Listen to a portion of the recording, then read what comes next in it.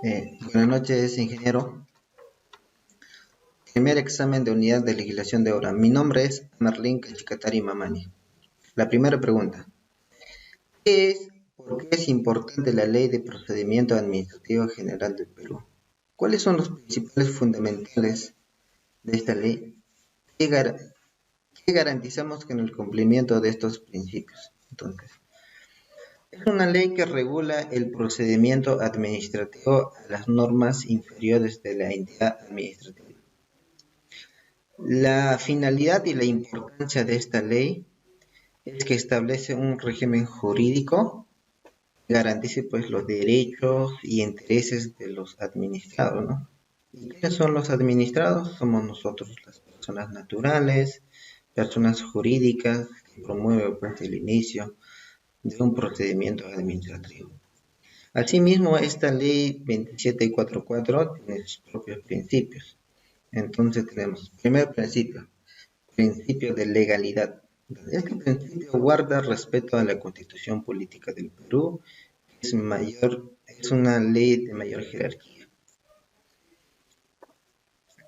Eh, no debe ir en contra de esta norma. Por su contrario, no valdría pues este acto administrativo. Segundo principio de debido procedimiento. No, este principio salvaguarda derecho constitucional a derecho a la defensa. Es decir, que todo administrado al inicio de acto administrativo debe conocer la estructura del debido procedimiento. Tenemos también el procedimiento, no, principio de impulso de oficio, ¿no? Este principio está encargado de dirigir el procedimiento de la administración pública. No podrá negarse que no cumplió el proceso ya que las personas encargadas son funcionarios competentes de la entidad. También tenemos principios de razonabilidad. Es cuando una entidad emite pues unas directivas o lineamientos. Estos lineamientos debe basarse en la razón, ¿no? Es la finalidad de cambiar eh, conducta al administrador. Entonces, también tenemos principios de imparcialidad, ¿no? Quiere decir que todas las personas somos iguales ante la ley y no debe favorecer a otra persona, tampoco debe ser discriminado de ninguna manera. Otro que tenemos principio de informalismo, ¿no? Este principio protege a los administrados a fin de que no se vea pues perjudicado por cuestiones meramente procedimentales. Otro principio es principio de presunción de veracidad. Todo acto administrativo debe ser legal durante su procedimiento. Principio de buena fe procedimental. Los administrados y funcionarios de la administración pública deben guardar un respeto mutuo. De no cumplirlo, esto respeto puede ser sancionado penalmente o judicialmente. También tenemos principio de celeridad. Este principio busca básicamente que el procedimiento sea lo más rápido posible, ¿no? Dándolos algunos requisitos que pudiera darse, ¿no? De esa forma que el procedimiento sea más rápido. También tenemos principio de eficacia. Este principio de eficacia hace cumplir cuando la entidad administrativa emite pues, normas como lineamientos directivos. También tenemos principios de veracidad material, verdad material.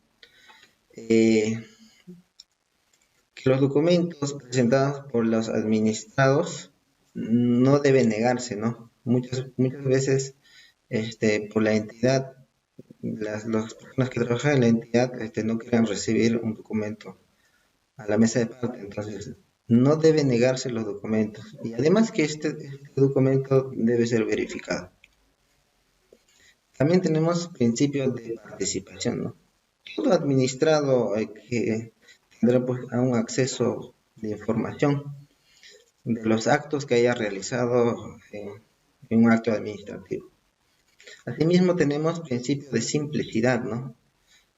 Este principio busca que los documentos sean con menos requisitos, con un acceso fácil que el administrado pueda presentar pues a la entidad.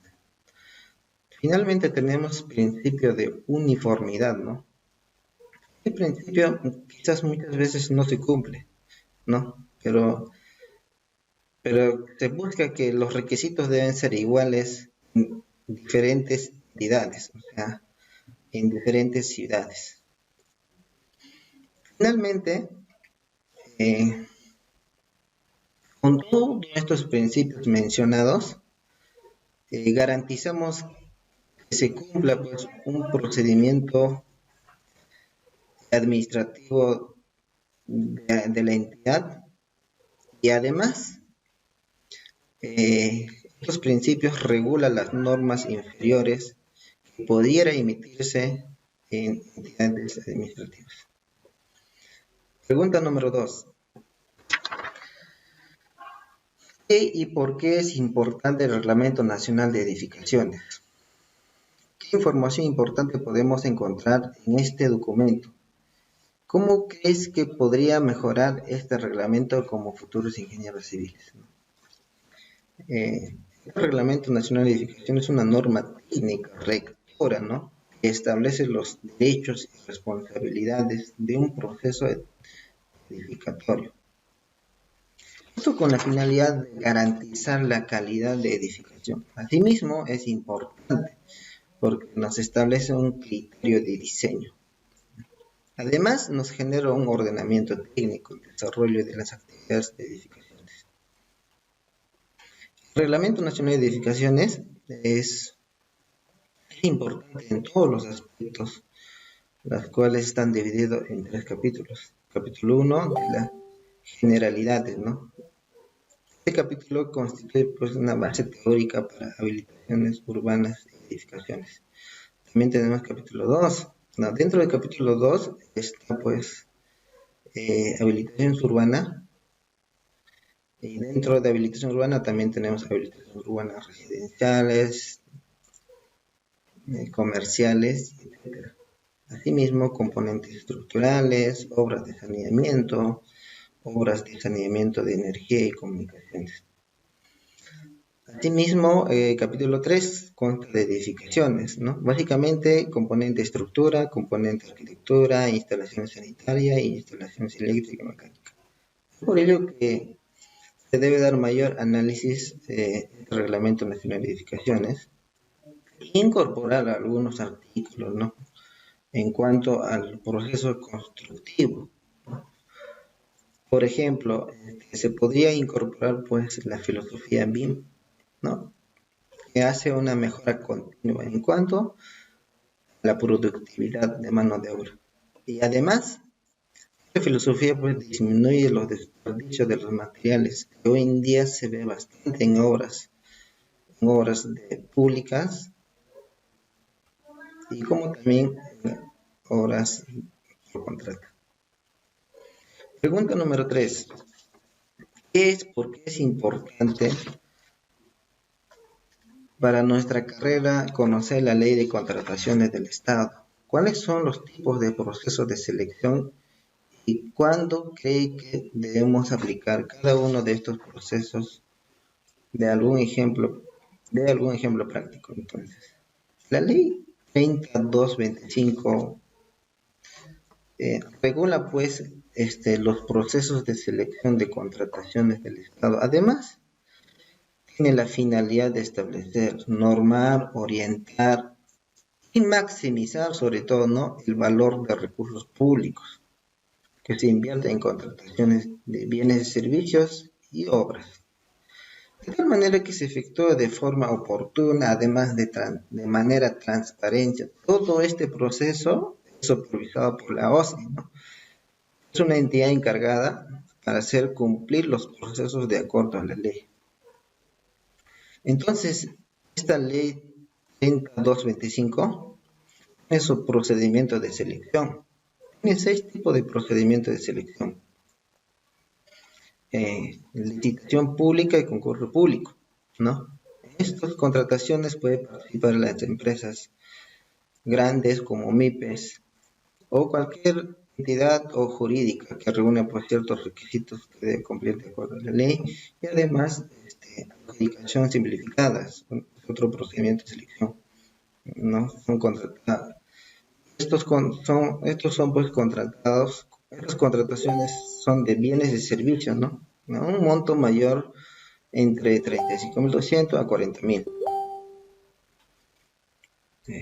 Tenemos selección de consultoría individual. Es para contrataciones de servicios de consultoría un monto de 40.000 a 35.200, ¿no? Podríamos poner ejemplo compras de equipos electrónicos. Asimismo, comparación de precio. Es para contratación de bienes y servicios de disponibilidad inmediata. Está con un monto de 35.200 a 66.000 soles. Por ejemplo, compra de computadoras para un ministerio o colegio. Subasta inversa electrónica. Es para contrataciones bienes y servicios comunes, pero con que cuente con ficha técnica, ¿no? Con un monto mayor a 35.200. Un ejemplo podríamos decir equipos medicinales o medicinas, ¿no? Que ellos cuentan pues con ficha técnica. Contratación directa, por último. Esto sucede cuando hay un fenómeno catastrófico, ¿no? De manera urgencia, y esto pues se hace sin necesidad de llevar a un proceso de selección con un monto mayor a 35.000. Por ejemplo, cuando hay un fenómeno natural, se puede hacer limpieza, en caso de inundaciones, sacar lodos, en esos casos. La pregunta número 4. ¿Por qué cree usted que se creó la ley y sus modificatorias que facilita el saneamiento físico legal? ¿Y cuáles son las consideraciones más importantes que permite esta ley? ¿Cuándo cree que debemos aplicar esta ley? ¿Algún ejemplo práctico? ¿No? Toda la ley se crea a partir de una necesidad para regular trámites documentarios.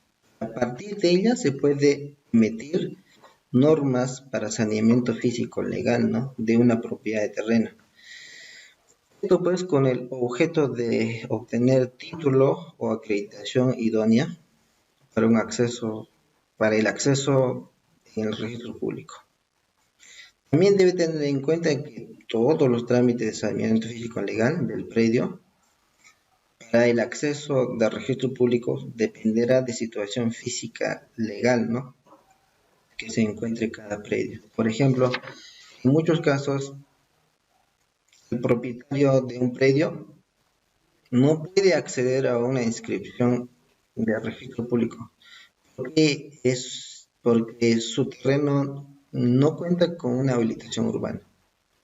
Es decir, que el predio se encuentra pues en una zona rústica y que aún no ha concluido el proceso de urbanización, ¿no?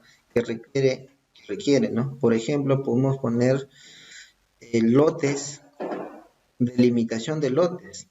Otro ejemplo sería pues habilitación de vías, de pistas, veredas o instalaciones de servicio básico como agua y luz.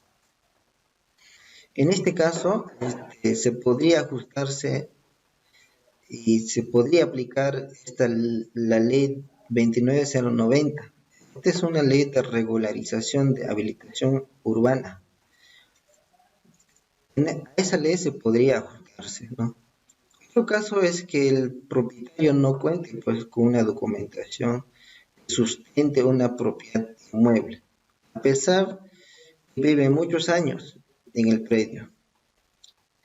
En este caso, el interesado podría optar por una decisión de prescripción adquisitiva de dominio, así se denomina, Entonces, podría optar por ese camino, ¿no? Ya sea por una vía judicial o por vía notarial.